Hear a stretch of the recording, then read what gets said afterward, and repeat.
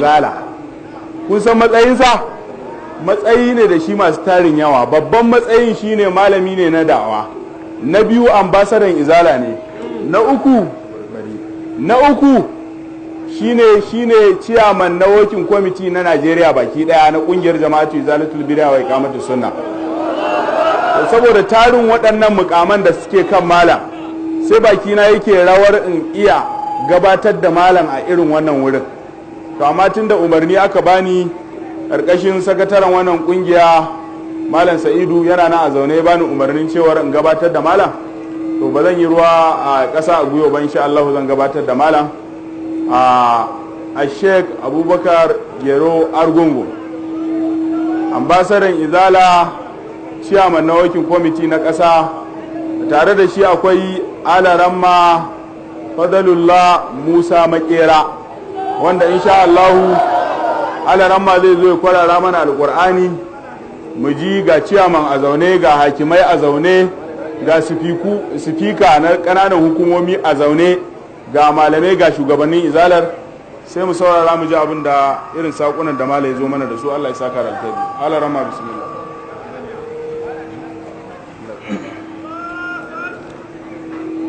أعوذ بالله من الشيطان الرجيم. بسم الله الرحمن الرحيم. ولما بلغ أشده واستوى آتيناه حكما وعلما وكذلك نجزي المحسنين. ودخل المدينة على حين غفلة من أهلها فوجد فيها رجلين يقتتلان هذا من شيعته وهذا من عدوه فاستغاثه الذي من شيعته على الذي من عدوه فوكزه موسى فقضى عليه قال هذا من عمل الشيطان إنه عدو مضل مبين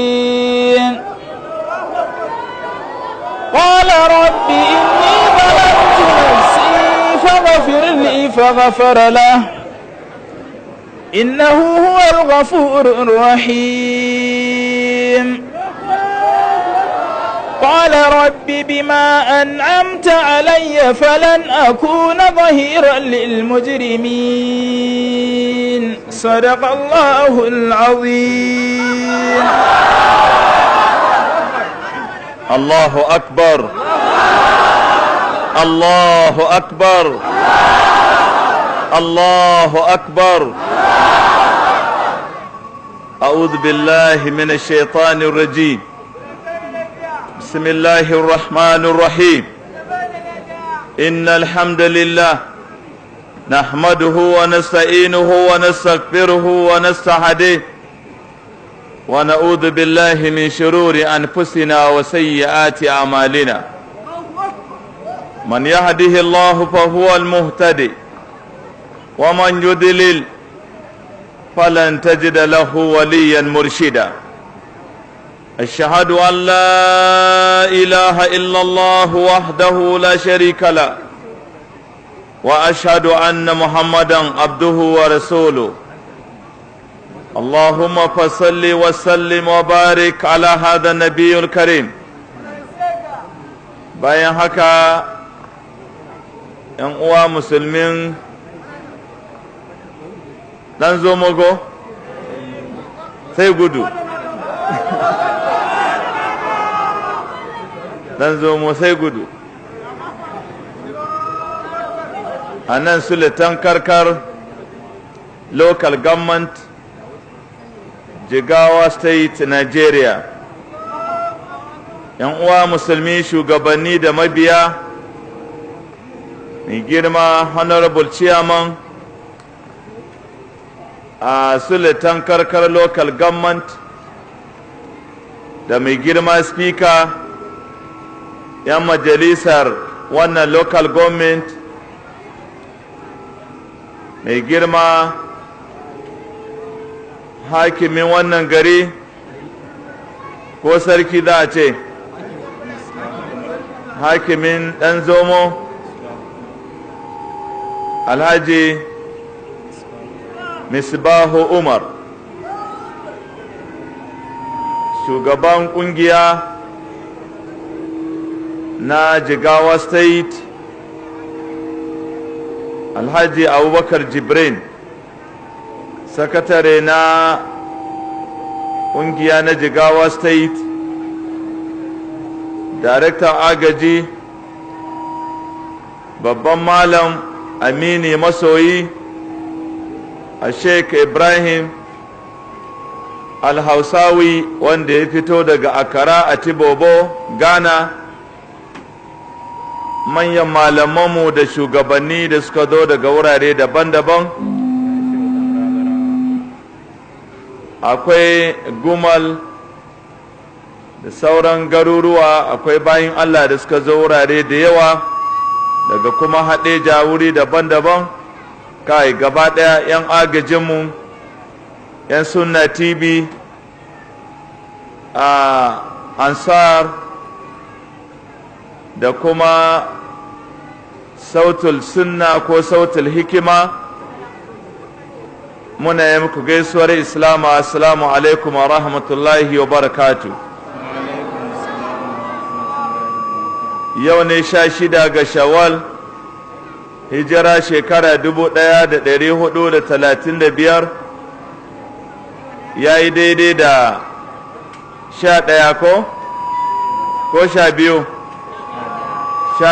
ga watan Agusta, miladiyya haihuwar Annabi Isa da Maryam alaihi salatu wassalam, shekara 2014.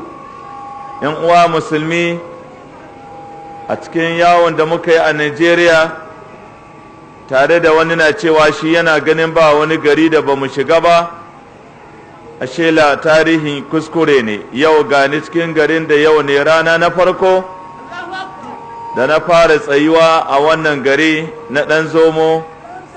Yau da aya da hadisi sai a yi ta gudu a kamu zomon nan. ‘Yan uwa, iyayenmu malamai na garin ɗan zomo muna roƙonku gudunmuwa saboda Allah. Idan Allah ya sa kun ga karatunmu yana da gyara, da Allah ku taimaka ku zo ku yi mana gyara, mu gyara tun ba mu tashi ba kuma ya zama na an tafi da kuskure.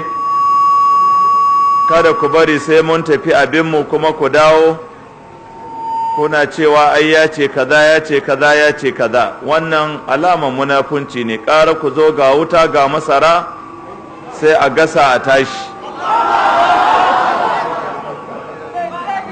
Sunan kasa ɗinmu na yau ramin kura sai 'ya'yanta. Yan uwa, muna fata za ku tsaya ku fahimce mu, ku kau da kai ga wayannan labarai na cewa ko wani Kabiru Gombe ya zama alade ko giro ya zama cross. Wayannan ba shine mu ya dame mu ba. Abin da ya dame mu a giro ba cross ya zama, in ya iya ya zama kwaguwa. Mu abin da ya dame mu addinin musulunci. Abinda ke gabanmu shine mu karantar da mutane fahimtar mu, ko muna roƙon idan fahimtar mu tana da gyara, muna roƙo muna fata za a zo a yi mana gyara. Allah ya taimake mu. Idan muka dibi suratu Ali Imran kan aya ta 172 za mu iya samun wasu ayoyi kaman guda 6 ko guda 7 wayanda suna warware mana dukkanin gadaddamin da ke damuwarmu ga matsaloli na addini. Muna roƙon Allah ya mana jagora. Allah subhanahu wa ta'ala ya tsawace mu da aikata wasu miyagun ayyuka saboda haɗoran da suke biye da shi. Ba wai shirka ne kawai haɗari ba, akwai laifuffukan da Allah ya yi alƙawali wato zai wulaƙanta wanda yake aikata irin waɗannan ayyuka. Allah ya ce innal ladina yashtaruna بعهد الله وأيمانهم ثمنا قليلا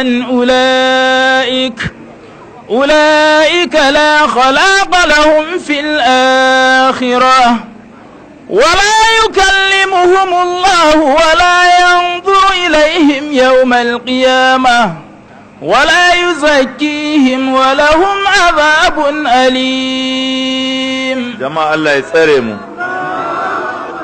Allah ya ce innal ladina yashtaruna bi ahdillahi wa aymanihim thamanan qalila, do waɗanda suke sai da alƙawalin Allah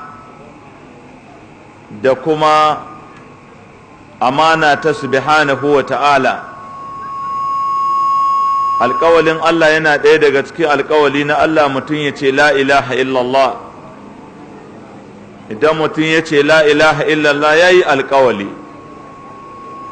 yi alkawali ba zai bauta ma kowa ba bisa cancanta sai dai Allah subhanahu wa ta'ala. Kamar yadda malam da ya gama karatu yanzu ya faɗa, Allah ya saka masa da alkhairi. Idan ka yi alkawali za ka yi musulunci, akwai buƙatar ka zauna ka yi karatu, ka karanta menene ma'anar musulunci.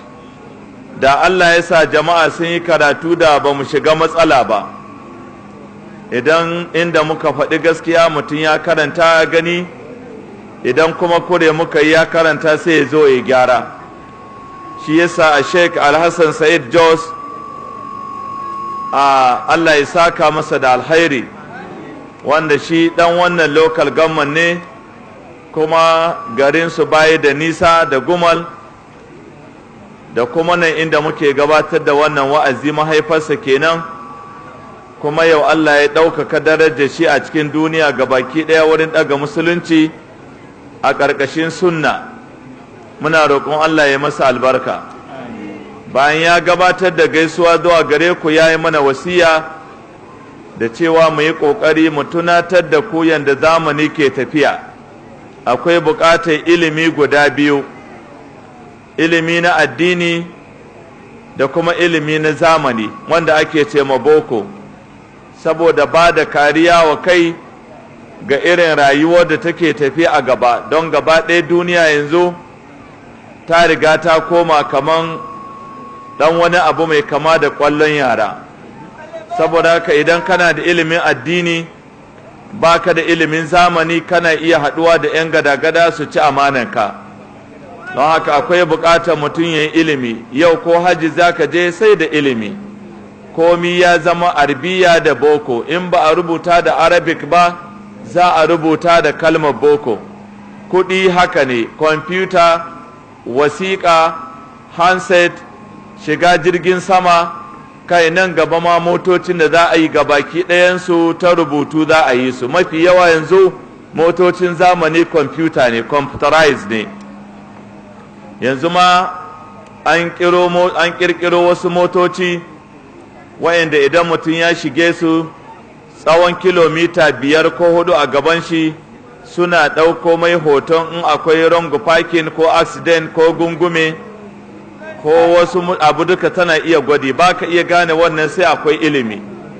Muna fata Allah ya ba mu ilimi mai amfani. Allah subhanahu wa ta'ala ya ce lalle masu sai da alƙawalin Allah da kuma amana ta subhanahu wa ta'ala wadda Allah ya ba su, la'alla amana iyaye, la'alla amana ta mulki, ta talakawa, la'alla amana ta addini. Mutum ya yi ilimi yana buƙatar bayyana gaskiya kada ya ɓoye, la'alla amana irin ta dukiyar marayu, la'alla amana ce ta wani sirri tsakaninka da bawa ɗan uwanka, la'alla wata amana ce aka baka ta iyalin wani, la'alla wata amana ce ta dukiya aka baka riko. To Allah ya zargi duk masu sai da wannan amana Allah da alƙawalin Allah, abin nan samanan ƙalilan da 'yan kuɗi ƙanƙanuwa. To Allah ya yi musu alƙawalin tashin hankali guda 5. Daga cikin masu sai da alƙawalin Allah akwai masu juya littafin Allah ba ta hanyar da Allah ya ce ba, kaman yadda Allah zai bayani nan da ayoyi guda 2.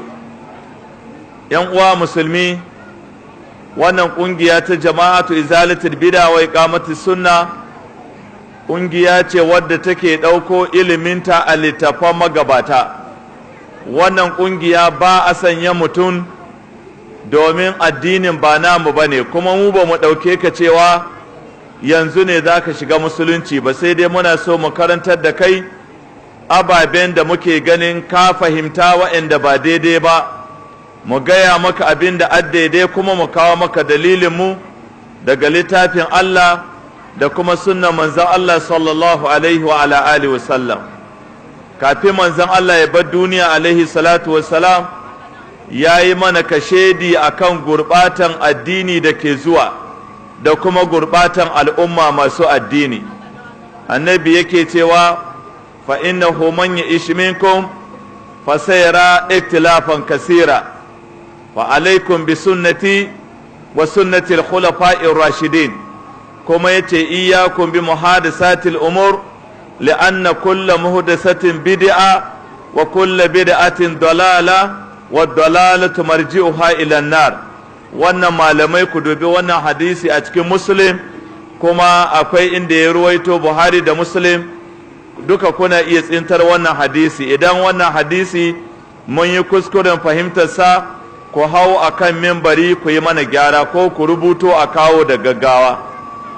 Annabi sallallahu alaihi wa alihi wasallam yana gaya mu sahabbai cewa duk wanda ya tsawon rai a duniya zai cimma wani zamani wanda zai ga saɓani mai yawa, ƙungiya daban-daban ta addini, kowane mai wa'azi da irin nau'in wa'azinsa daban-daban, kowane da irin fatawarsa daban-daban. Misali a yau cikin duniya, mu da muka ɗan shiga cikin ƙasashen duniya gwargwado, mun je inda masu bautan rana, mun je inda masu bautan wata, mun kuma je inda masu kai ha inda mai bautan farji mun tafi. Mutane ne amma abin bautansu shine farji, farjin mata ha. me dalilin ko dalilin su duk wani dan adam mai albarka ko wani abu wai ta farji ya zo duniya wai shine hujja to annabi adam ta farji ya zo kaga wawaye mas'ala ce kawai in Allah ya nufe ka da bata babu yanda za a yi saboda ka annabi ya faɗi wannan magana a yanzu har cikin wannan ƙasa ta mu ta Jigawa a wannan lokal gamman na Sultan Karkar akwai mutane da yawa su fahimta su ta addini bai dace a yi aiki da hadisin manzon Allah ba su abin da suka gani a dai tsaya ga nassin Qur'ani alhali ƙaryarsu ta sha ƙarya domin akwai ayyukan addini da yawa waɗanda baka isa ka kawo musu aya ba kuma suna aikatawa saboda jiya sun ka kammala azumin Ramadan wannan azumin Ramadan da kuka ƙare jiya Allah ya ambaci Ramadan a cikin Alƙur'ani amma Allah bai faɗi wani wata ne a Ramadan ba hadisi ya bayyana don haka in mutum wanda duk ya azumi shekaran jiya na Ramadan ya ƙare to ya yi aiki da hadisin manzon Allah ko ya ƙi ko ya so domin ƙur'ani bai ce watan tara na an Ramadan ba in ka ce haka nan yana yi wa Ramadan bai tsaya ba sai wannan wata ya ƙare kuma a cikin alƙur'ani gaba ɗaya sauran watannin nan in ba watan Ramadan ba wani wata da Allah ya fito ƙyarara ya faɗi suna ne a cikin nassin ƙur'ani babu sunan shawwal a cikin alkur'ani babu sunan muharram a cikin alkur'ani balle mu gane shine farkon wata na shekara babu safar babu rabi'i awwal nasance a cikin alkur'ani babu Allah dai ya ambaci cewa watan kalanda musulunci wata 12 ne to waɗannan mutane muna karantar da su ji tsoron Allah wannan addini Allah shine ya bayyana cewa an aiko mana manzo Muhammadu Rasulullah domin ya karantar da mu wannan addini mu yi aiki da shi ma'aiki alaihi salatu wassalam ya faɗa a cikin hadisi cewa duk yanda saɓani ya shiga a duniya alaikum bi sunnati wa sunnati al-khulafa'ir rashidin annabi yace ina umurta ku da riƙon sunnata kuma ina umurta ku da riƙon sunnar mamayana sayyidina Abubakar Umar Usman Ali radiyallahu anhum malamai sun bayyana sunna annabi nau'i uku ne na ɗaya abinda manzon Allah ya aikata shi kansa amma kuma ko abinda annabi ya aikata sai dai abinda ya aikata shi cikin shekara 23 kurum shekarar da an ka aihi annabi ba shekara addini ba ne shekara 10 da aihuwar annabi ba shekara addini ba ne ana kiranta shekara ta fitira ne abin nan jahiliya period har annabi ya shekara 30 bai san annabin Allah ba ne har annabi ya shekara 35 bai san annabi ba ne har annabi ya kai shekara 38 wallahi bai san annabin Allah ba ne annabi ya san annabi ne lokacin da ya shekara 39 zuwa shekara 40 shi yasa Allah ya ce kai annabi da kanka wa ma kunta tarju an yulqa ilayka alkitabu illa rahmatan min rabbik fala takunanna zahiran lilkafirin Allah ya ce wallahi lokacin da annabi yana saurayi bai taba tsammanin annabi bane shi bai taba sanin Allah zai aiko wani sako ya zabai ba haka ayat Qur'ani ta faɗa bai taba wannan tunani ba ko mafarkin ya zama annabi bai taba ba sai da ya shekara 40 Allah ya ce sai dai rahama daga ubangijinka sai gashi mun aiko maka mala'iki ya tare ka a garu sur ko garu hira ya tare ka a cikin hurumin makka ya mace ka yana neman ka yi karatu kana cewa baka iya karatu ba yana matsan ka har sau 3 malamai sun san da wannan tarihi kuma sun san wannan suratu alaq ita ce farkon sura a cikin alkur'ani wanda ya nuna ba a yin addini sai da ilimi a yau ko gargajiya ba a yi sai da ilimi ba a ɗunkin tela sai da ilimi ba a noman shanu sai da ilimi ba a yin sakai sai da ilimi, ba a yin me ake kiran shi turin baro sai da ilimi. Don ɗan baro ka gane ƙaramin yaro ya yo lodi yana tafiya, wai kai mai ƙarfi ne, in ka kuskura baka iya ba, in ka amshi baro ka tura yanzu yana faduwa, duk kayan na hatsewa gaba ɗaya saboda babu ilimi. Ba a aiki ma'aikatan nefa sai da ilimi, mutum bai zama ciyaman sai da ilimi, mutum bai zama likita sai da ilimi, babu mai zama da wani muhimmin abu a rayuwa sai da ilimi. Don haka musulunci yana buƙatar ilimi. Shi yasa mai ahadar ya ce wa yas'alul ulama wa yaqtadi bil muttabi'ina li sunnati nabi sallallahu alaihi wa ala alihi wa sallam. Duk abin da za ka yi na ilimi ka yi tambaya, in ba ka da ilimi ka tambayi masu ilimi. Kaman yadda na faɗa a wani kaset, duka rikicin da akwai tsakanin izala da ɗariƙa, izala da shi'a, izala da wasu abubuwa daban-daban, ake ta samun rikice-rikice, rashin aiki da ahadari ne. Inda kowanmu zai yi aiki da ahadari, babu sauran rikici tsakanin izala da ɗariƙa, izala da kowane irin ƙungiya babu. Mai ahadari ya ce wala yahillu lahu an yaf'ala fi'lan hatta ya'lama hukumallahu fi. Baya halatta ga mutum baligi ya aikata wani aiki sai ya san matsayar Allah ga wannan aiki, sai ya san hukuncin Allah ga wannan aiki. Allah ne ya ce a yi, annabi ne ya ce a yi, kada ka yi sai ka samu hujja. Mu a jama'atu izalatul bid'a wa iqamatus sunna babu wani tsarin ibada da muka kawo a duniya gaba ɗaya sai abin da muka iske magabata sun rubuta. Wa'azinmu muna cewa kawai a tsaya ga ƙur'ani da hadisan manzon Allah bisa fassarar magabata salafus salih. Ba irin ɗariƙa bane da ta kawo salatin ta daban, ta kawo waziha, ta kawo tsarin abin da za ka yi na hailala da makamantan irin wannan. Mu ba mu kawo komai ba sai abin da manzon Allah ya gaya mu sahabbai cikin shekara 23 kawai. Shi yasa tsarin ƙungiyarmu tana aiki da abin nan shika-shikai guda uku na filas na da'awa. Na ɗaya aikin manzon Allah, na biyu abin da annabi sallallahu alaihi wa alihi wa sallam ya faɗa, na uku abin da aka yi gaban annabi ya gani bai yi faɗa ba. Zaman ka lafiya tsakaninmu da mu, in za ka yin wani abu ka ce muna annabi ne ya yi, sai mu ce a wani littafi, ba ga kai ba, gwada muna. In ka ce muna annabi ya aikata, mu ce ina littafi. Domin wadda kemis nan da ta gano kemis an ƙirƙiro jabun magani, hakanan 'yan cuwa-cuwa sun ka ƙirƙiro jabun hadisan da annabi bai yi ba, bai san da su ba.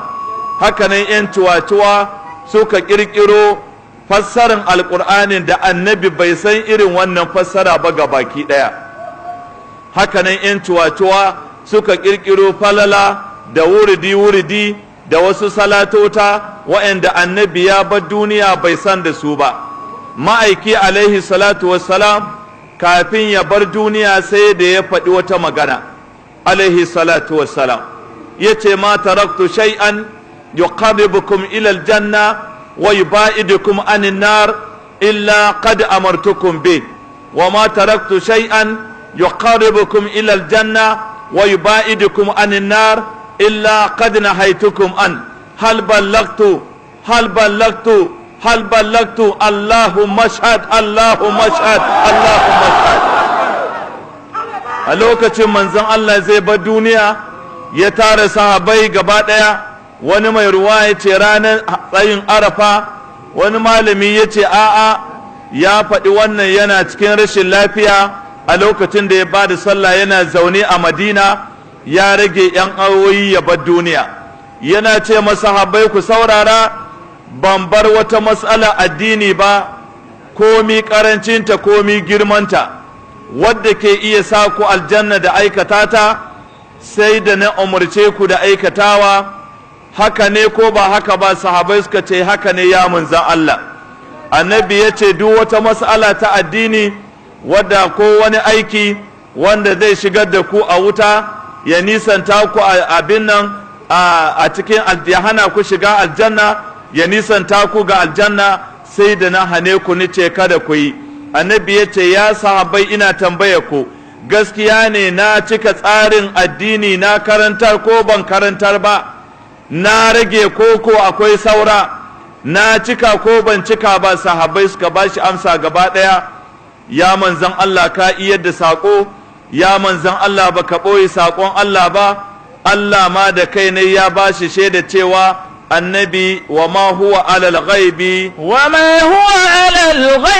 bidanin. Allah ya ce ma annabi wa ma huwa alal ghaibi bidanin, annabi baka ɓoyon gaibi, duk wani wahayi in muka aiko maka ka sani zaka gaya ma al'umma.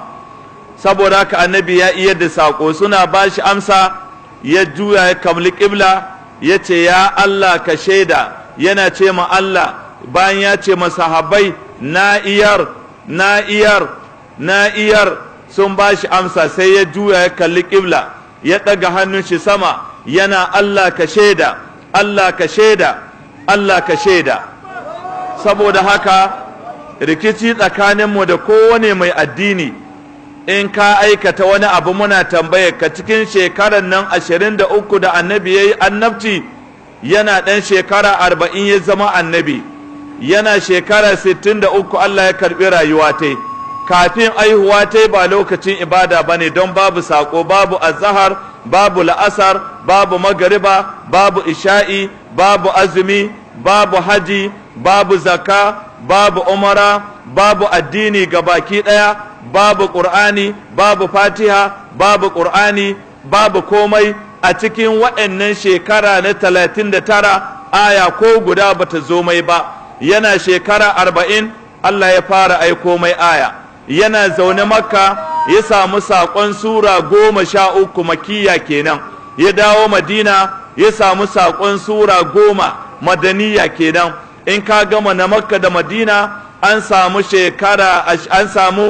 abin nan sura aminene sura 23, haka ne? Haka ne yake ko? Wannan 13 wannan 10 ba 23 ba. Wannan su ne abin da aka aiko mai. A cikinsu ne ya karantar da dukkanin addini, ko kuma in ce shekara 13 a Makka, shekara 10 a Madina, tsawon sura 100 da kuma 13 ko 15. 14. Wannan shine tsarin Alƙur'ani, sura 114. 13 a Makka, 10 kuma a Madina. Bi ma'ana abin nan shekara 13 yayi a Makka tare da sura 74. Ya dawo kuma Madina yayi kuma shekara 10 tare da sura 20 da wani abu. Saboda haka ya ku bayin Allah, mu ba ɗan tashin hankali bane. Hatta Sheikh Ahmadu Tijjani mu ba mu san shi ba. Ba mu da gaba da wannan bawan Allah, ba mu da ƙiyayya tsakaninmu da wannan bawan Allah. Abinda an matsala, babu suna ne a cikin sunayen annabawa, babu suna ne a cikin ƙur'ani baƙar zuwa nas, babu suna ne a cikin Buhari, babu suna ne a cikin Muslim, babu suna ne a cikin Abi Dawud, babu sunan shi a cikin Ahmad ko Nisa'i ko Baihaqi, babu suna ne a cikin Muwatta Malik, babu suna ne Qawaidi, babu suna ne Ahadari, babu suna ne Ashmawi, babu suna ne Iziya, Risala, Askari, Muktasar, Mudawwana. To sunan wa akwai a cikin Alƙur'ani wanda Allah ya aiko mana. فلما قضى زيد منها وطرا زوجناكها محمد رسول الله. annabin da an ka aiko mana billahi alladhi la ilaha illa huwa. Inda Allah ya ce Ahmad Tijjani Rasulullah, wallahi mu ne farkon masu yakar wanda bai bi shi ba.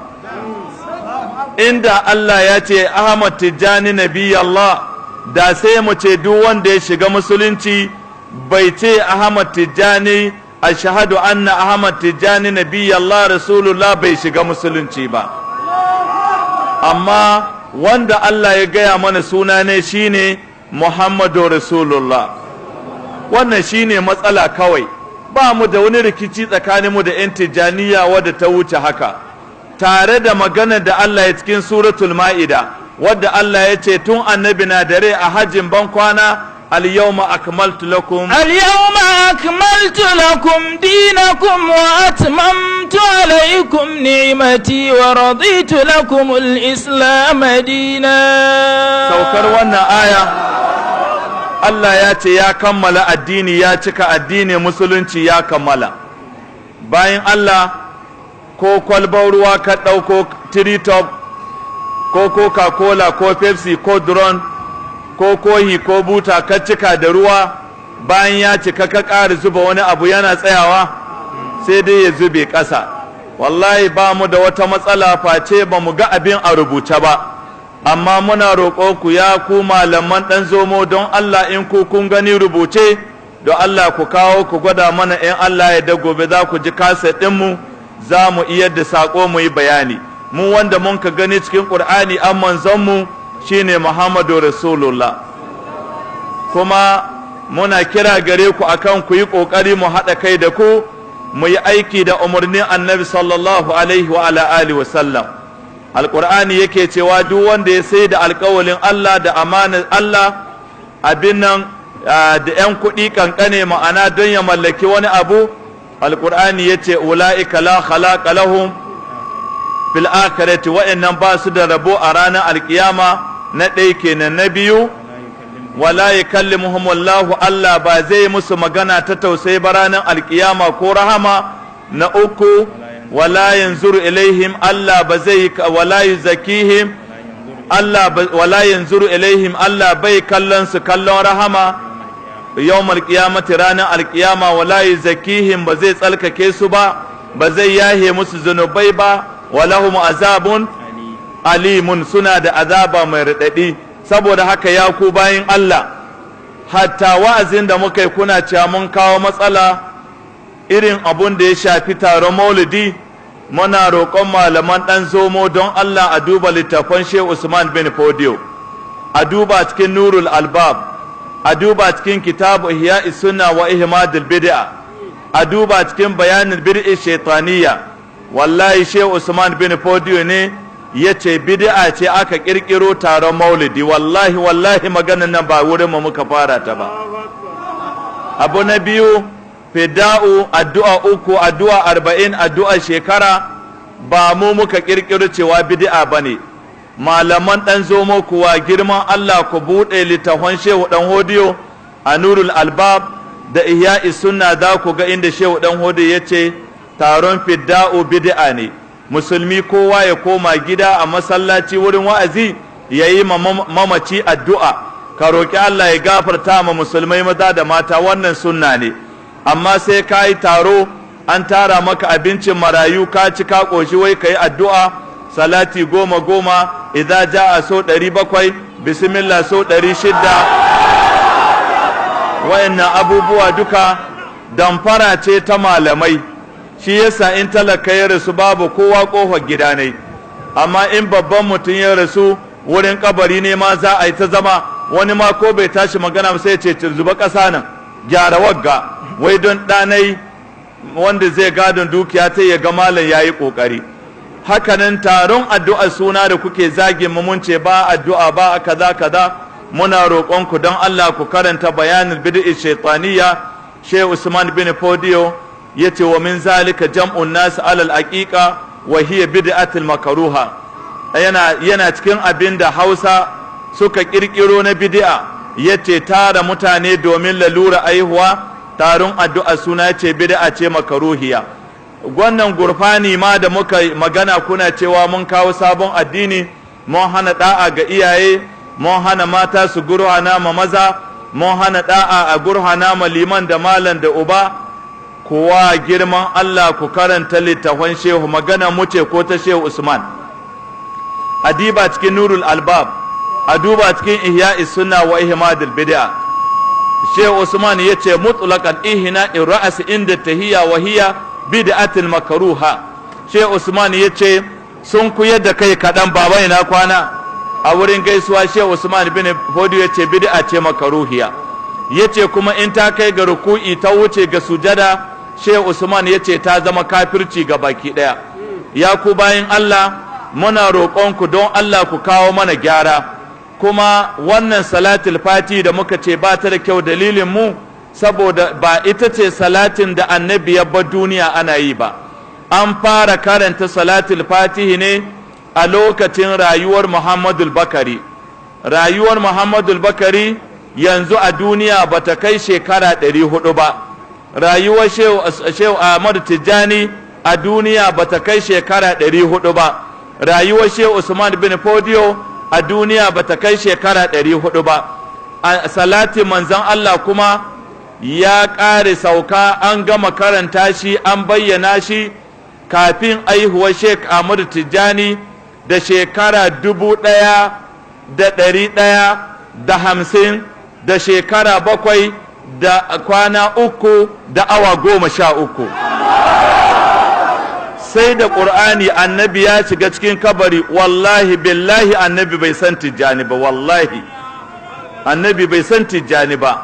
Duk sahabban manzon Allah wallahi ba su san Shehu Ahmadu Tijjani ba, wallahi ba su sani ba. In sun sani ku gwada mana ina za mu ga wannan magana mu yi aiki da ita, amma cikin littafin Allah ku gaya mana, ba rikici ba faɗa babu komai, ku gwada mana don Allah. Saboda haka ya ku bayin Allah, yanzu ma shekara kusan 9 na yi wa'azi Zariya na ce duk wanda ya san inda kabarin Tijjani yake a duniya gaba ɗaya ya faɗa muna. Har yanzu wallahi ba a san inda adda wani kabari wanda za a ce ga kabarin Shehu Tijjani, wallahi babu, duniya ma ba a san inda yake ba. Amma kabarin Muhammadu Rasulullah yana ina? Yana ina? Yana ina? Kabarin Abubakar yana ina?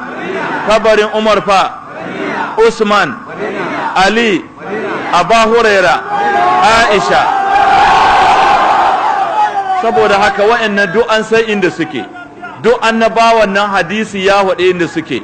In ma ba a ga kabarinsu a duniya ba, annabi ya ce ya haɗe wa'anda an sama ta ɗaya da karanta Isra'i wa Mi'raj, da wa'anda an sama ta 2 da 3 har zuwa sama ta 7, da wa'anda an san ƙasashen da sun karayu sun kai da'awa. Dukkan irin wa'annan akwai. Abinda a kira mu gare ku, tunda kun ce kuna ƙaunar Muhammadu Rasulullah, ku zo da mu da ku mu yi biyayya ga rai, mu yi ɗa'a ga annabi, mu yi aiki ga duk abin da ya karantar da mu gwargwadon ikonmu. Haka ya umurce mu tun yana da rayuwa, haka Allah ya umurce mu alaihi salatu wassalam mu yi mai biyayya tun annabi na da rai, haka bayan ba shi da rayuwa. Muna fata Allah ya haɗa kan musulmi akan aiki da gaskiya. Allah subhanahu wa ta'ala yace wala yuzakihim wa lahum azabun alim. Sai kuma aya ta 2 sai yana cewa wa inna minhum la fariqan yaluna alsinatahum bil kitabi litahsabuhu min al kitabi wa ma huwa min al kitab wa yaquluna huwa min indillahi wa ma huwa min indillah ويقولون على الله الكذب وهم يعلمون. illa abunda muke so mu gaya muku, mu ba ma amincewa da duk wanda zai kira sunan Shehu Ahmadu Tijjani ya faɗi wata mugun kalma garai. Wallahi ba za mu yi mai da'a ba za mu yarda da shi ba. Dalilin mu saboda Shehu Ahmadu Tijjani in ma ta tabbata an yi shi, mu ba mu da wani littafi da ya rubutu balle mu san cewa shi ya ce kaza ko shi ya aikata kaza. Domin littafin Jawahirul Ma'ani ba maganganun ba shi ya rubuta shi ba, wani Aliyul Harazimi shi ya rubuta.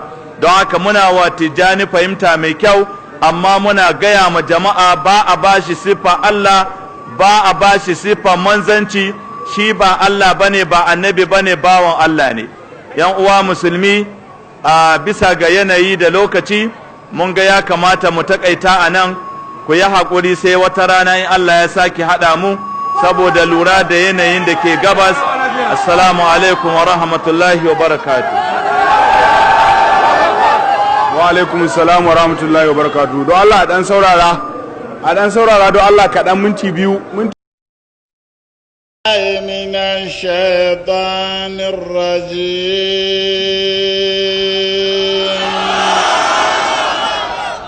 بسم الله الرحمن الرحيم يا أيها الناس اتقوا ربكم إن زلزلة الساعة شيء عظيم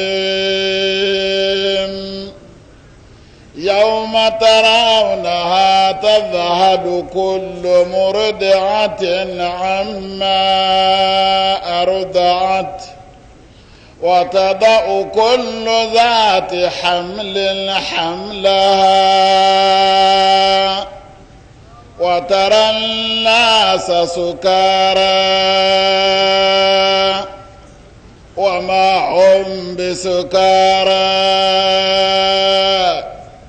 ولكن عذاب الله شديد ومن الناس من يجادل في الله بغير علم ويتبع كل شيطان مريد كتب عليه أنه من تولاه فأنه يضله ويهدي إلى عذاب السعير يا أيها الناس إن كنتم في ريب من البعث فإنا خلقناكم من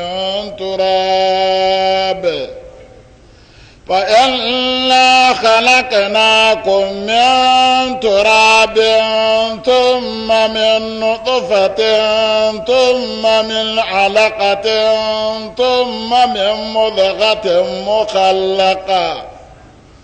ثم من مضغة مخلقة وغير مخلقة لنبين لكم ونقر في الأرحام ما نشاء إلى أجل مسمى ثم نخرجكم طفلا ثم لتبلغوا أشدكم ومنكم من يتوفى ومنكم من يرد إلى أرذل العمر لكي لا يعلم من بعد علم شيئا وترى الأرض عامدة فإذا أنزلنا عليها الماء اهتزت وربت وأنبتت من كل زوج بهيج ذلك بأن الله هو الحق وأنه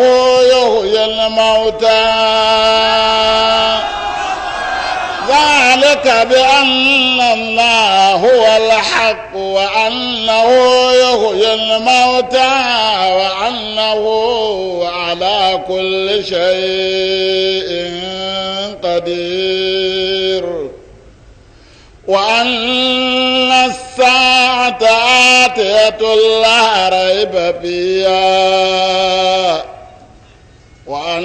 الساعة آتية لا ريب فيها وأن الله يبعث من في القبور ومن الناس من يجادل في الله بغير علم ولا هدى ولا كتاب منير ثاني عطفه ليضل عن سبيل الله له في الدنيا خزي ونذيقه يوم القيامة عذاب الحريق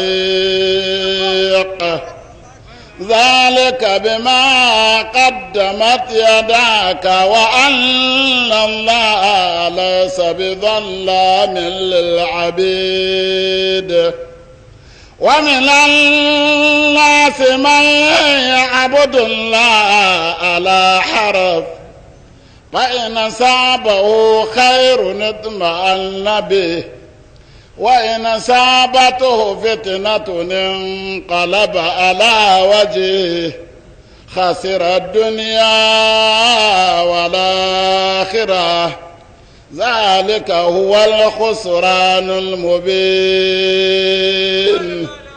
يدعو من دون الله ما لا يضره وما لا ينفعه ذلك هو الضلال البعيد يدعو لمن ضره أقرب من نفعه لبئس المولى ولبئس العشير إن الله يدخل الذين آمنوا وعملوا الصالحات جنات تجري من تحتها الأنهار إن الله يفعل ما يريد. الله أكبر الله أكبر الله أكبر الله أكبر. أعوذ بالله من الشيطان الرجيم. بسم الله الرحمن الرحيم. إن الحمد لله نحمده ونستعينه ونستغفره ونستهديه ونعوذ بالله من شرور أنفسنا وسيئات أعمالنا من يهده الله فهو المهتدي ومن يضلل فلن تجد له وليا مرشدا. أشهد أن لا إله إلا الله وحده لا شريك له وأشهد أن محمدا عبده ورسوله. اللهم فصل وسلم وبارك على هذا النبي الكريم. yan uwa musulmin Hadeja Ofar Fada Hadeja Local Government Jigawa State Nigeria Africa cikin duniya. Allahu Akbar. yan uwa musulmi shugabanninmu da mabiya mafi girma daga cikinmu a ƙungiya a wannan taro shine a Sheikh Abubakar Adam Katsina. Your Excellency, Distinguished Senator Alhaji Muhammad Obali Sheito Ango Kashamai. Allahu Akbar. Shugaban ƙungiya a Sheikh Abubakar Jibrin, shugaba na Hadeja, shugaban agaji na state, manyan malamanmu Ustad Abdul Basir, Ustad Ibrahim Atibobo, Ghana, yannanmu kuma masoya, sarakunanmu, mai girma sarkin hanya, Allah ya ba shi lafiya, mai girma koguna, sauran malamai da suke tattare alhaya tebur ku yi haƙuri, baƙi da 'yan gida muna muku gaisuwar islama. Assalamu alaikum wa rahmatullahi wa barakatu. Yau ne 15 ga watan Shawwal, hijira shekara 1435, mai yiwa yau ne 10 ga watan Agusta, miladiya haihuwar annabi Isa da Maryam alaihi salatu wassalam, shekara 2014. Babban dalilin da ya samu kai wannan taro mun yi ne saboda mu taya abokinmu addini ɗan uwanmu kuma a musulunci masoyi Alhaji Honorable Distinguished Senator Muhammad Ubali Sheto Hadeja, mu taya shi ainihi farin ciki da kuma murna wannan aure da ya yi na Hajiya Zaliha a Kano. Allah ya sanya ma auren albarka, ma'auratan kuma Allah ya masu albarka, Allah ya haɗa hankulansu, Allah ya ba su zuri'a tayyiba. ‘Yan uwa musulmi, babban dalilin da ya sa nake gaya muku shine mafi girma a cikinmu a ƙungiya, tsakani da Allah na yi lokacin da ban isa in hau haya tebul ba, in zauna a kan kujera a cikin rumfan malamai. A tun wannan lokaci na san yake zuwa a Sokoto State yana karatu tare da ɗan uwanmu kuma babanmu a Sheikh Sidi Ibrahim Attahiru Sokoto, Allah ya ji kansa. A lokacin nan Alarama Abubakar Adam Katsina yana da tsananin kwarjini da haiba ga wannan malami namu, har yana cewa kai in kana jan ƙur'ani kamar jirgin ƙasa ya kuce bai da burki, za a tare shi da ƙafa. Saboda haka Allah ya saka musu da alkhairi, har gashi a yau wai an ce mu ne shugabanni na ƙasa, kuma har gashi nan muna fafatawa tare da shi, har ma mu ma ban fara hurhura, yanzu mu ma wai an fara kiran mu da tijawa. Allahu akbar, Allahu akbar. Allah ya saka masa da alkhairi, Allah ya sa ya gama lafiya, Allah ya shirya mai da zuri'ansa, Allah ya ɗaukaka su. Abu na biyu, bayan Allah, addu'anmu ga ainihi ɗan uwa da Allah ya marasuwa, ƙanin sarkin hanya a cikin wannan Ramadan, muna mai ta'aziyya da iyalinsa, Allah ya gafarta masa, Allah ya ji kansa.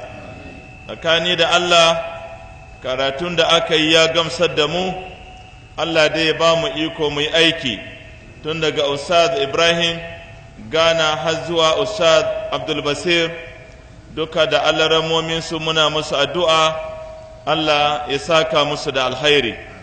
Darasinmu na yau ya zama dole mu yi shi saboda dalili da muke ganin mutane, saboda kwaɗayin su samu abinci ko kuɗi, mutane suna sayar da imaninsu, suna kuma abin nan sayar da ma rayukansu ga baki ɗaya. Ina iya tuna wani babban matsala da ke faruwa a cikin asibitotanmu na Najeriya a yau. 'Yan Najeriya saboda tsananin son kuɗi har sun fara sai da ƙododin jikinsu, ƙodar da Allah ya kala biyu. Idan ƙoda ɗaya ta samu matsala, likita ya juya ya gyara ƙoda ɗaya, mutum ya ci gaba da rayuwa, ya ci gaba da surviving. Yanzu 'yan Najeriya son kuɗinmu ya kai muna sai da ƙodoji ga manyan tajiran da ba su da lafiya a asibitotan Najeriya da waje, don dai mutum ya samu kuɗi. Wannan ya sa wani ya je ya sai da ƙoda ɗaya, an ba shi maƙudan kuɗi, ya bar ƙodan ɗaya, ya yi kuɗi shi ma. A ƙarshe abin da ya faru da shi, ita ma ƙodan ɗaya ta kamu da rashin lafiyan da ke buƙatar ƙoda ɗaya. Wannan ya jawo mai ƙaddara, dole sai da aka sai da ƙaddarorin shi, aka tattara kuɗinsa, aka sayi wata ƙoda mai tsada don kada ya mutu cikin awoyi. Wannan kuma Allah cikin ikonsa ya ƙaddari an canza mai ƙodan da sheɗin bai yi ba, ya mutu, bai ga dukiya, bai ga rayuwa, bai ga ƙoda. ɗan uwa musulmi, yanzu bala'i ya yi yawa a cikin ƙasarmu, har ya kai mutane suna ba da rayuwarsu a ba su kuɗi, kuma a kashe su su mutu, kuma saboda su samu kuɗi. To ina amfanin kuɗi? An baka kuɗi ka mutu, wa zai ci kuɗin?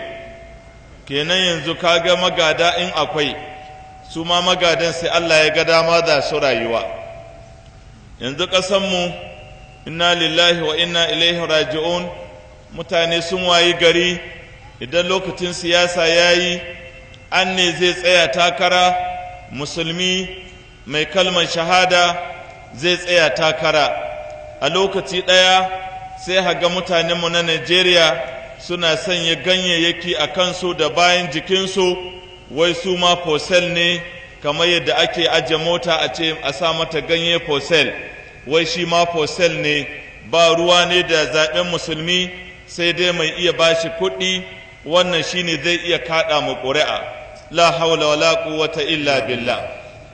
Bayan Allah Najeriya saboda tsananin son kuɗinsu an yi zaɓe a baya, mun karanta musu ayoyin ƙur'ani, mun gaya musu matsayar Allah da hukuncin Allah, mun gaya musu matsayar annabi Muhammad sallallahu alaihi wa alihi wa sallam da hukuncin manzon Allah, mun gaya musu matsayar musulunci, mun gaya musu abinda Qur'ani yace game da kafiri in ya kai ga mulki.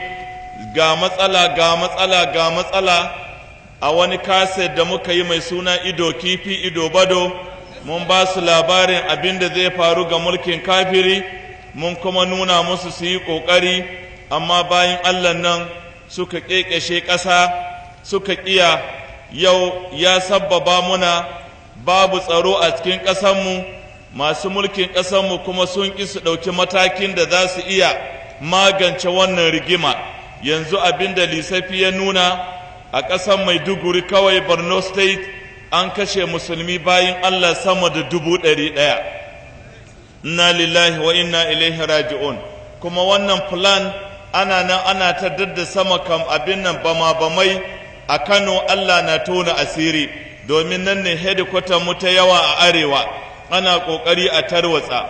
Ɗayan biyu, ko da mai mulki bai da hannu ga wannan ɓanna, ya nuna kasawar shi da rashin ƙwarewar shi a wurin hawan wannan kujera. Domin mai mulki ya kamata yana iya maganin abubuwa 5 kafin ya cika fom ya tsaya takarar siyasa. Na ɗaya, dole ne ya zama mai mulki na iya kare rayuwar waɗanda yake mulka. Na biyu, dole ne mai mulki ya zama yana iya kare jinan nan bayan Allah da yake mulki. Na uku, dole ne mai mulki ya zamana yana iya kare dukiyoyin waɗanda yake yi wa mulki. Abu na hudu, dole ne mai mulki ya zama yana iya kare nasaba ta mutanen da yake yi wa mulki. Abu na 5, dole ne mai mulki ya zama yana iya kare addinin su da mutuncin su. Idan ba haka ba, haramun ne ko da sanata ne ya rubuta takara ya cika fom, chairman, red, president, vice president, gwamna, deputy gwamna, etc. Haramun ne mutum ya rubuta ya takara in bai iya kare ma waɗanda zai wa shugabanci waɗannan abubuwa guda 5. In ko ya ci gaba da shugabancinsu bai iya tsare abubuwan nan 5, ana kashin bayan Allah bai yi ritaya ba, bai yi murabus ba. Saɓanin turawa, idan bature ke shugabancin ƙasa aka samu irin wannan challenges, zai rubuta ya yi murabus ya ban mulki. Mu ƙasanmu ko ana kashe bayan Allah, in dai mutanenmu na kan mulki sun yarda su ci gaba da mulki. To wanda ya ci gaba da haka, ku sani zai yi rayuwa ne a cikin tsinuwar Allah, ko musulmi ne ko kirista, wal iyazu billah. Allah ya kare mu.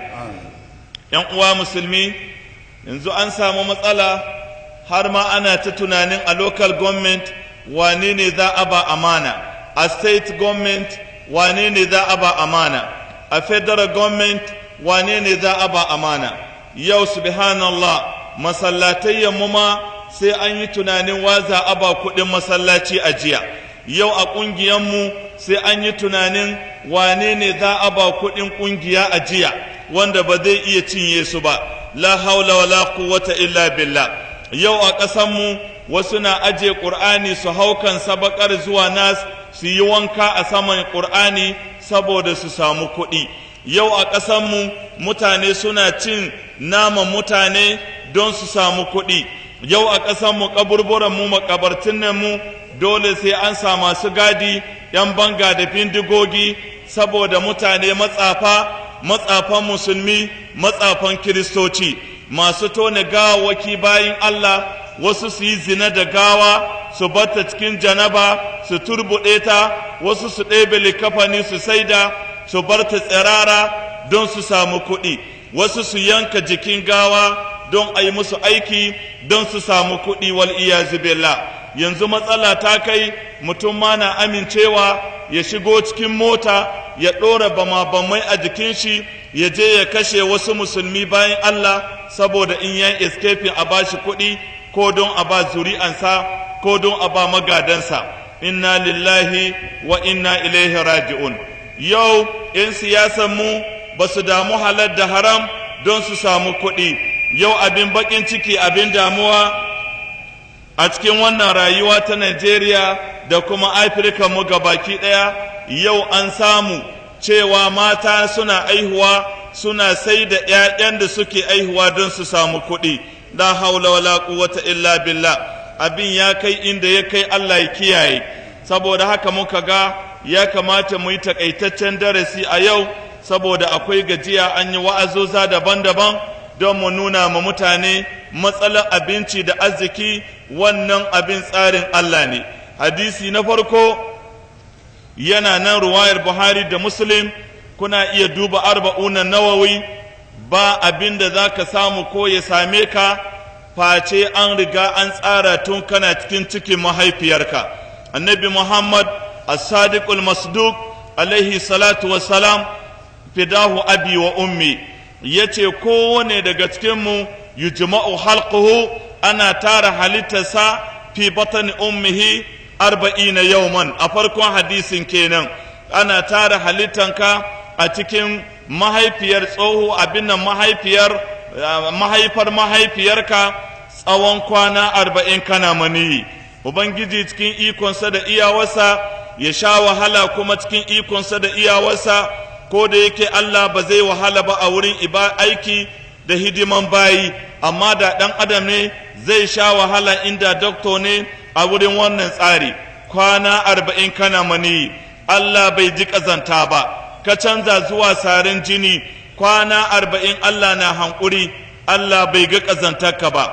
Ka canza zuwa tsoka, kwana 40 Allah na hankuri da kai, Allah bai ji ƙazantarka ba. Daga nan kuma Ubangiji ya ɗau mataki a cikin wannan tsoka, ya sarrafa gangar jikinka, tsokar da bata wuce girman yatsa ba.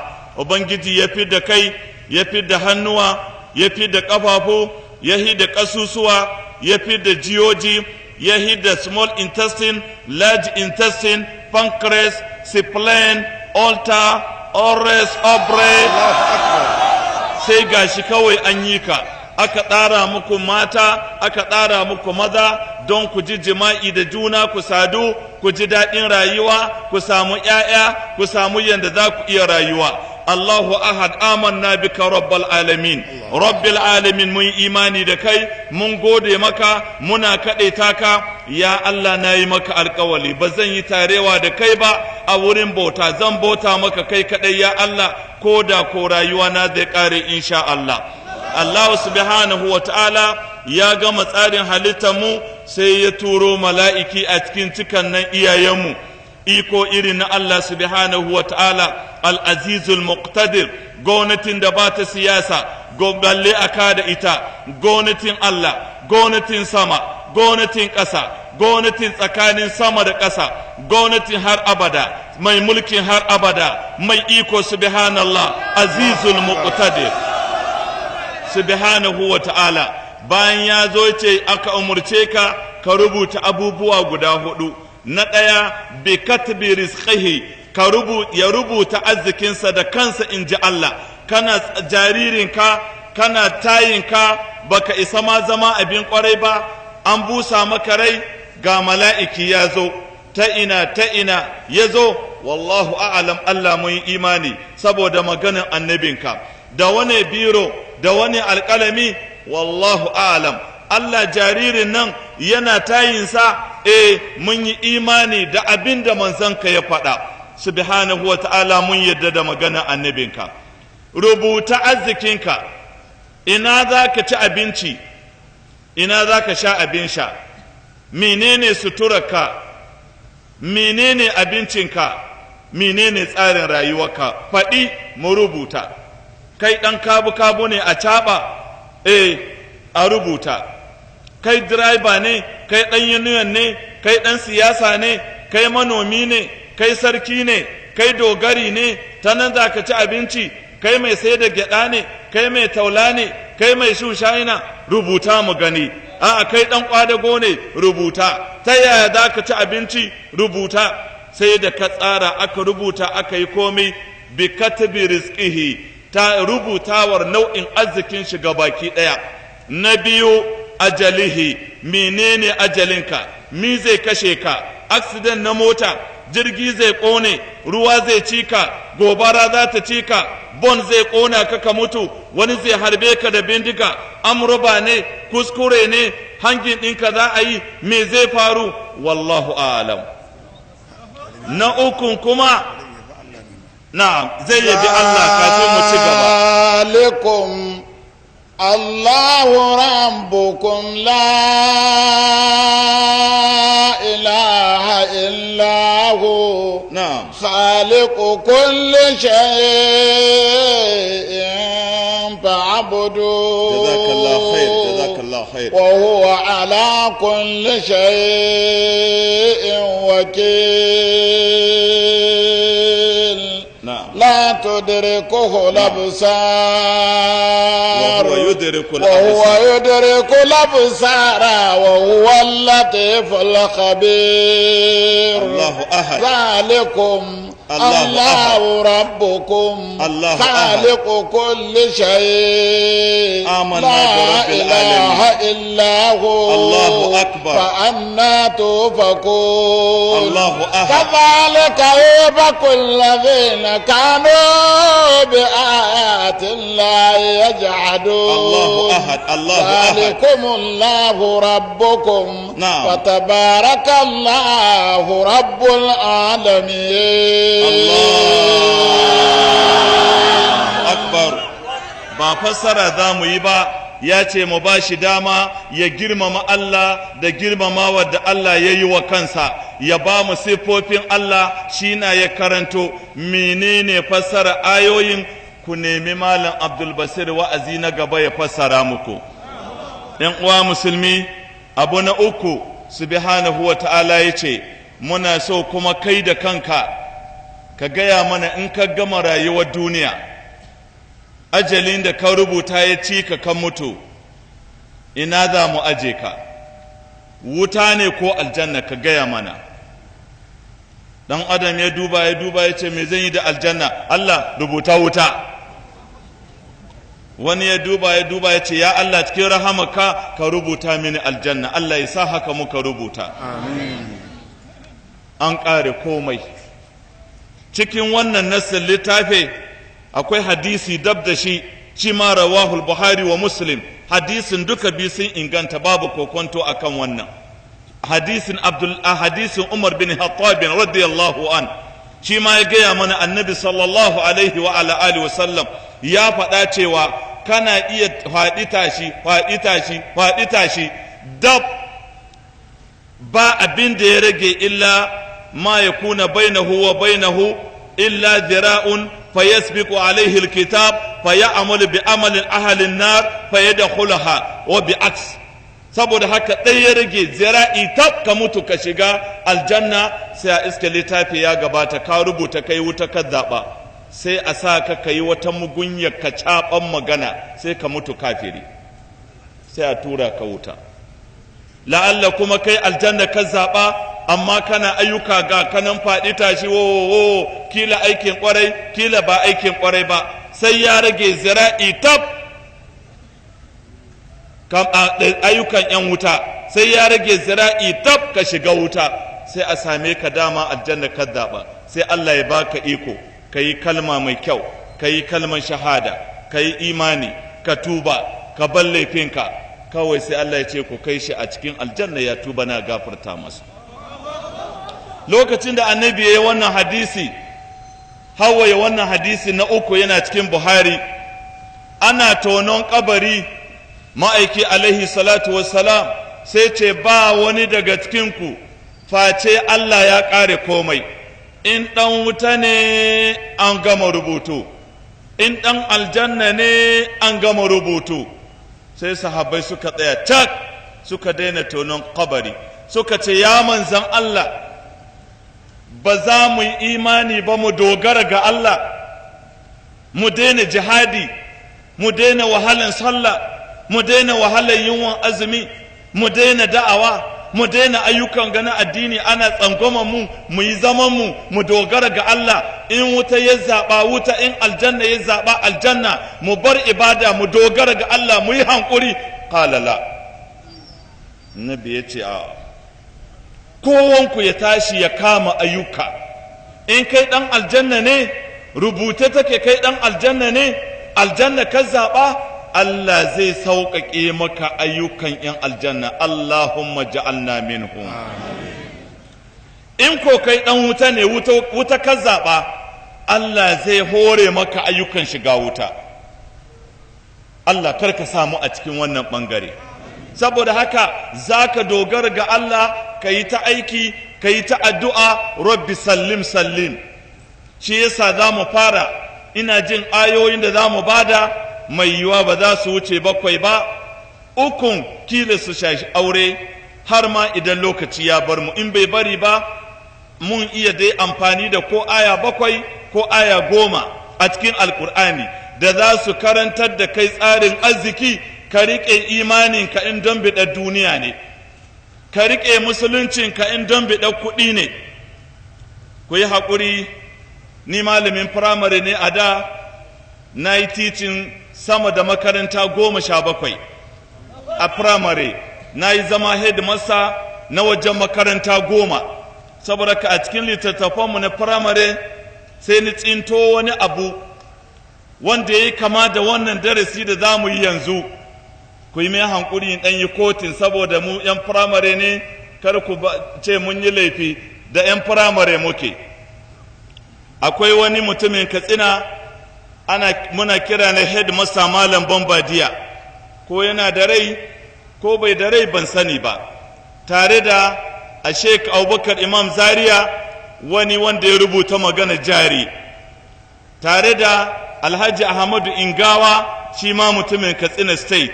Sun taru sai suka shirya wani baiti kaman guda 5 zuwa 6 da waƙen Hausa. Ni ban sani ba zan iya kawowa ko ba zan iya kawowa ba, shekaru sun yi tsawo. Na daɗe rabona da firamare, saboda ka bari in gwada in gani.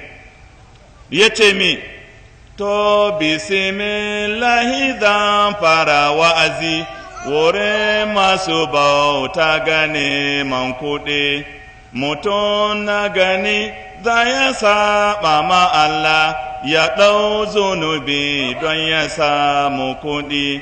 Mutum na gani za ya saba iyaye ya watsa da su don ya samu kuɗi. Idan ka ji an ce mawa ne da kirki, ka duba tukun in yana da kuɗi. Idan bai da su karkan yarda da kirki, ka ba shi jaka kaga aikin kuɗi. Idan dai kana da abinci da riga, ka ɗau ibada ka bar neman kuɗi. Baya rabi roƙo muke yi gare ka, ka ba mu zukatan da zamun tabinka, mu barkin tafarkinka domin kuɗi. Kila ba manta ba ko 'yan firamare? To bari mu koma ma alƙur'ani ya ku bayin Allah. Allah rama sai mu je suratul ankabut inda Allah subhanahu wa ta'ala yake cewa wa ka ayin min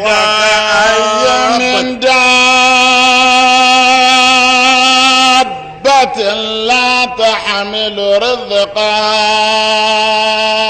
Allahu yarzuquha wa iyyakum wa huwa as-sami'ul 'alim. Allah subhanahu wa ta'ala yace wa ka ayin min dabbatin la tahmilu rizqaha Allahu yarzuquha wa iyyakum. Bayin Allah banu Adam, wani irin son duniya ne yake shiganku a yanzu? Ba ku duban ‘yan uwan halitta, ‘yan uwanku Allahnku ɗaya, Allah ya halice ka, Allah ya halicci kurciya, Allah ya halicce ka, Allah ya halicci damu a cikin jeji, Allah ya halicce ka, Allah ya halicci kadangare, Allahn ku ɗaya, Allahn da ya halicce ka, Allahn da ya halicci ciliko a cikin jeji, Allahn da ya halicce ka shi ya halicci shamuwa, Allahn da ya halicce ka shi ya halicci tururuwa, Allahn da ya halicce ka shi ya halicci akuya, shi ya halicci kare, shi ya halicci me agwagwa, kaza, wa hakaza, duka Allahn ku ɗaya ne. To ga tambaya, Allah ya ce la tahmilu rizqaha Allahu yarzuquha. Waɗannan dabbobin ba su da hannu da za su yi guzurin arzikinsu, abincinsu, ba su da hannuwa, ba su da rumbu na ɓoyon hatsi don abincin gobe, ba su da kicin, ba su da store, ba su da gona da suke nomawa, ba su da fati da za su yi don su ci siyasa su ci abinci, ba su aikin local government, ba su aikin state, ba su aikin federal. Amma ga su sun tiƙa sun ƙoshi, har kuna son ku harbe su da danƙo ku kamo su ku zo gida ku ci don ku yi ƙiba, kuma ba su da wani kasuwanci. Wa ke ciyar da su? Allahu yarzuquha. Allah ne yake azurta su. Shine wani ɗan garinku yake magana cewa yace ni na ga duk wanda ya harbo kurciya yace ya ci amanar kurciya, yace tana roƙon Allah sarki Wahabu Jalla ya bata abinci, yace don haka ni wanda naga ya harbota sai yace naga ya cuce ta, yace ya ambaci shamuwa kuma yace jakadiya ce, sai dai ba zan haɗi na biyu ba domin ban da aya ko hadisi. Amma dai shamuwa tana da ban mamaki, ga lalle ga ikon Allah, kuma Sudan suke rayuwa. In damina ta yi lokacin yayi sai su zo ƙasanmu, in lokacin rayuwarsu ya ƙare, abincinmu ya ƙare, su koma Sudan. Su asalinsu Sudan suke a bakin teku suke rayuwa, amma babu su a nan gari. In lokaci ya yi ba shamuwa, iko na Allah. Shi ne Allah ya ce, bawon Allah, don mi za ka yi shirka, ka yi tsahi, ka kashe kanka saboda kuɗi? Ga waɗanda ba su ko da irin wannan damar, amma Allah ya ciyar da su. Akwai wani hadisi da Buhari ya ruwaito, hadisin nan hadisul Qudusi ne. Ma'aiki alaihi salatu wassalam ya ce, kai wallahi walau annakum tawakkaluna ala Allahi haqqa tawakkulihi, inda bayin Allah za ku dogara ga Allah, ku bar ma Allah, ku tsaya ga Allah, ku ba da full support, full belief, cikakken imanin ku da Allah, ku dogara ga Allah, gayar dogara ga Allah. Annabi ya ce Allah yana cewa wallahi banu Adam da ku da jinnu, wallahi da kun ci kamar yadda tsuntsu yake ci, ko da ba ku noma ba ku komai. Annabi ya ce tawayi gari tsuntsuwa tana jin yunwa, amma kafin an jima tana gyaran jikinta ta ci ta ƙoshi. Waye ciyar da ita? To da za ku dogara ga Allah, gayar dogara ga Allah, da tsarin da Allah zai muku kenan. Allah shi ya san ta ina zai ciyar da ku. Ku dubi kurciya a cikin nisan daji, ku dubi dunya a cikin mafi nisan daji, ku dubi abin na ungulu, ku dubi hankakiya tana mafi nisan daji cikin ranguna ɓoye. Sannan ku saurara yanda wani magabaci daga cikinsu akwai ruwayan Abdullahi bin Abbas cewa ku saurari kafin sallan asuba da bayan sallan asuba za ku ji tsuntsaye suna kuka a saman itace daban-daban, daban-daban, daban-daban. Kurciya irin kukanta daban, ciliko irin kukan shi daban, wani tsuntsu irin kukan shi daban. Ya ce kun san abin da suke faɗa? Ya ce addu'a suke, yau Allah ka kai mu inda abincinmu yake, ya Allah in mun tashi ka sauke mu inda abincinmu yake. Maimakon su yi nan sai Allah ya nuna musu su yi nan, suna zuwa sai su iske wani ya yi ɓarin dami. Ko ba ku gane ba? Ya ɗaɗɗaure na ɗauri ya tashi, zai zubar da wani ƙasa ko ba zai yi ba, sai su zauna sai su ƙoshi. cikin jikinta akwai wani ɗan gehe da za ta ɓoye ma 'ya'yanta, da ta je sai ta amayo abincin nan sai ta ɗura musu, sun ƙoshi ta ƙoshi sai ta kama wargi da jikinta tana jin daɗi. Waye wannan? Waye ciyar da ita? Wa ke raya ta? Allah ya ce karka manta, innahu huwa sami'un alim. Allah fa mai jin kuka ne, yi addu'a kai ma yi addu'a kafin ka fita daga gida, kana ɗora ƙafanka ɗaya a waje ka ce bismillahi tawakkaltu ala Allah wala haula wala quwwata illa billah. Hadis ne. Allah zai baka gudunmuwa cikin tafiyarka.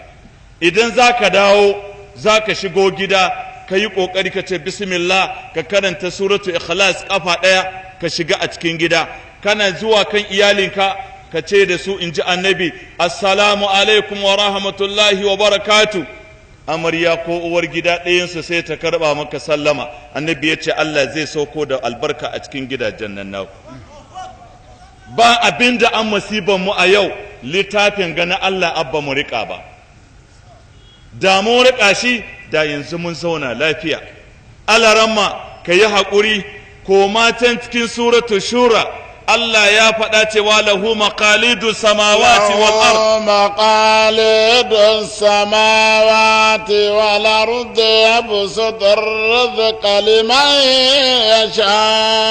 yasha'u wa yaqdir innahu bikulli shay'in alim. Wannan suratul shura subhanahu wa ta'ala yace lahu maqalidu samawati wal ard. Kana iya ɗaukan ma'anar maqalid da ma'anar makullai na inda aka rufe shaguna da gidaddajin arziki na duniya duka. Ba wanda ke rike da makullan buɗe wurin nan in ba Allah ba. Kuma don ka sani, yabsutu rizqa liman yasha'u wa yaqdir. Allah na shimfiɗa arziki ga wanda ya ga dama, Allah kuma na ƙuntata abinci ga wanda ya ga dama. Ka ga wani abinci ma ya yi mai yawa, wani kuma ka ga gashi bai da komai. Wai ya Allah, me yasa ba mu zama masu kuɗi mu duka, tunda ai kana da arzikin nan? Wai ya Allah, me yasa ba kai muna rawan zinari don mu zan billionaires, tunda kana kuɗin kana da su ya Allah? Sai Allah ya faɗa cikin tsakiyar suratul shura, Allah ya ce walau basata Allahu rizqa li'ibadihi labaghaw fil ard walakin yunazzilu biqadarin ma yasha innahu bi'ibadihi lakhabirun basir. Barakallahu fik. Allah ya ce wallahi da gangan muka yi haka don tausanku, saboda tausaya muku yasa ba mu yi ku duk biloniyas ba. Me yasa Allah ka yi haka? Fa qala, sai Allah ya ce walau basata Allahu rizqa li ibadihi, inda Allah ya buɗe ya shimfiɗa arziki bayinsa kowa miloniya ne, inna lillahi wa inna ilaihi raji'un. Allah ya ce labagaw fil ard. Wallahi in sun kaga suna da kuɗi, nan kuɗi nan kuɗi nan kuɗi, banki kuɗi, cikin gida ko ina kuɗi, to za su yi lagau, za su yi ɓanna, za su yi shishigi, za su yi ta'addanci, za su yi ɓanna. Wani da ka gani ustazu Allah ya mai da shi ustazu haka nan busasshe ne, tsohon shege na in yayi kuɗi. Wallahi wani da ka gani in yayi kuɗi, yanzu cikinku akwai mai son yayi zina bai da kuɗi, dole yi mi kaga ba don Allah kai haƙuri ba, amma kuma alheri na don ba a rubuta ma zunubi. Akwai mai son ya gayyato maka da in yayi aure a shaci a hole da 'yan mata, a sha giya, a sha wiwi, a yi ɓanna, amma abin bai yiwa sai da me, sai da kuɗi. To bai da za a yi, an samu sauƙi ko ba a samu ba? Allah ya ce wallahi inda mun bari duk kun yi kuɗi. Yanzu ku dubi tajiranmu, ko cikin haɗeja a tajiri nawa ya damu da musulunci, manyan tajiran nan. I say so and I mean it. da yawa in mutum ya ga tireloli ga shaguna ga kuɗi ko ina bai son ka damai da wa'azi kana disturbing din shi akwai mutanen da ba haka suke ba Allah ya ba su arziki ya samu su ruhin Islam akwai waɗanda amma in sun yi arziki an samu matsala akwai wani senata ɗaya ya zama babu ruwa ne da harka addini kai wani ma kansula ɗaya na suletan karkar local government ce ko? To sai ya ga gashi ya samu zama kansula ya yi bankwana da wa'azi harka addini babu ruwa ne da ita balle in an ce ai Abuja yake yana bila minista ne sai an yi waya da protocol sannan ya iso kai ya zo nan wurin ya zauna ya saurari wa'azi shi yasa ku yi haƙuri kuka ga muna girmama bayan Allah nan da suke zaune a cikin rumfan nan dibi sarkin hanya babu lafiya ga tsufa ga rashin lafiya amma bai iya zama ɗaki yana jin sautin ƙur'ani bai zo ba ga yana shi yasa kuke ganin wannan senator Muhammad Obali muke girmama shi wallahi bai da kuɗin da za mu yi ta waɗin suna ne saboda kuɗin shi wallahi ba ka da wayannan kuɗi wallahi me ya samu muna ta maganan ka ko ina muna ma addu'a because of Islam only shi yasa da ka kira ni walima kai in ba da account domin ka bani kuɗi in zo haɗe jannace ka baka account ɗina ban yahe mai ba don mi don in zo wa'azin don ka san ba saboda kuɗinka muka zo ba mun zo ne saboda neman yadda Allah saboda haka ya ku bayan Allah kowane mutum kuka ga muna giɗaɗa shi a mimbari gashi da mulki gashi da duniya ga Islam don mi ba za mu yi mai addu'a ba don mi ba za mu girmama shi ba don mi ba za mu mutunta shi ba yaushe rabonka ka gane mu ai akwai manyan masu kuɗin arewa ka ji mu muna ta yi musu addu'a ka bani mai kuɗi babba na Afirka ɗan Najeriya ne ɗan Kano ya fi kowa kuɗi ɗan gote ne sunan shi ka gaya min masallacin juma'a ɗaya a cikin Afirka na miliyan 100 da ɗan gote ya gina je ka gaya mai Abubakar Giro ya waga tambaya bani amsa masallaci guda ɗaya tirelolin banza shinkafa banza titunan banza zero behind the decimal point menene amfanin arziki ba a yi wa musulunci da aiki da shi ba Allah ma ba zai barka ka zauna lafiya ba ka kama yawo waya 13 a cikin hannunka kana rike da waga biliyan 100 ga oke tsada dola biliyan kaza ka zama man made money made man mad man kun sani